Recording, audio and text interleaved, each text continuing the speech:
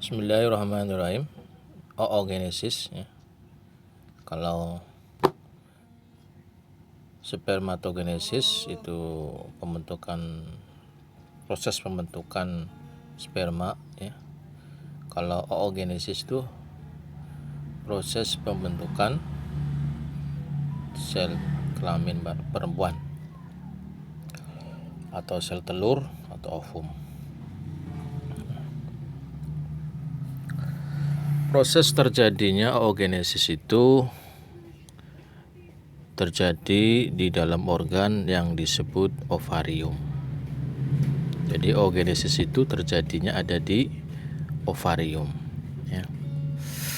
Berbeda dengan spermatogenesis yang dimulai ketika anak laki-laki mulai masuk masa pubertas. Oogenesis justru dimulai sebelum anak perempuan lahir.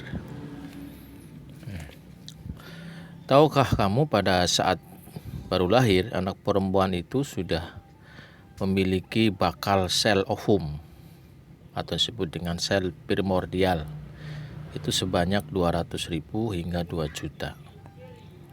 Namun hanya sekitar 40.000 yang tersisa saat anak perempuan masuk masa pubertas, dan hanya 400 yang akan matang atau berkembang sempurna.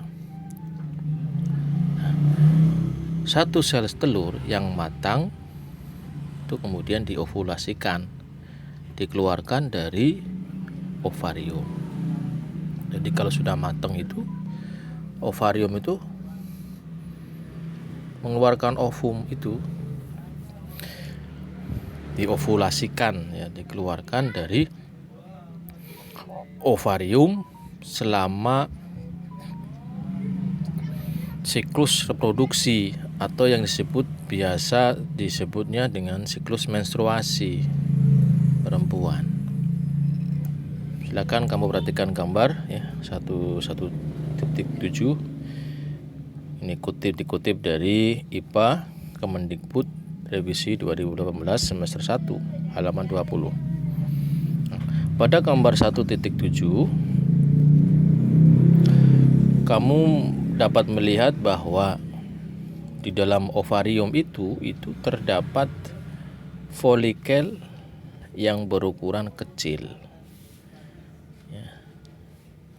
Di dalam ovarium terdapat folikel yang berukuran kecil dengan calon bakal sel telur di dalamnya atau yang disebut dengan folikel primordial.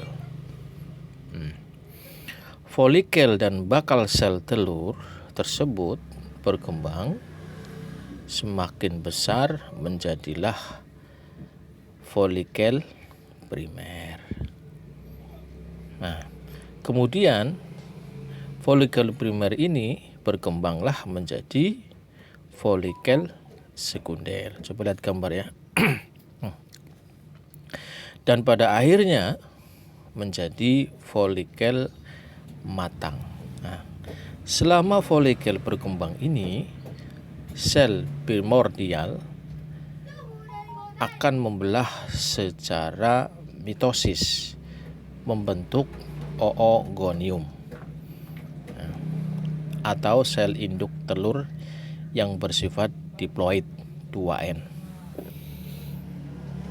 Kalau dalam laki-laki itu spermatogonium, kalau pada perempuan itu oogonium, atau disebut dengan oogonium. Ini adalah sel induk telur yang bersifat diploid 2N. Oogonium ini kemudian akan mengalami pembelahan mitosis, membentuk oosit primer yang bersifat diploid 2N. Nah, oosit primer ini kemudian mengalami pembelahan meiosis tahap 1. Nah, yang disebut dengan meiosis 1, membentuk satu oosit sekunder ya, N haploid, dan satu polosit haploid. polosit ini 1N ini kemudian mengalami pembelahan meiosis tahap 2 atau meiosis 2 yang menghasilkan 2 polosit. Ya. Oosit sekunder selanjutnya juga mengalami pembelahan meiosis tahap 2 atau meiosis 2 membentuk 1 ootit, ya, 1 N dan 1 polosit N. Pada akhir ootit kemudian mengalami diferensiasi atau perkembangan yang kemudian membentuk ovum.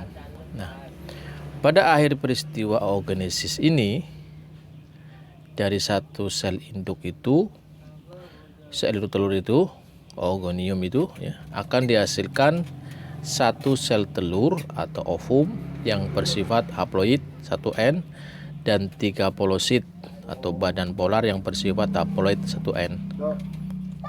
Namun yang dapat berfungsi hanya satu sel telur ovum.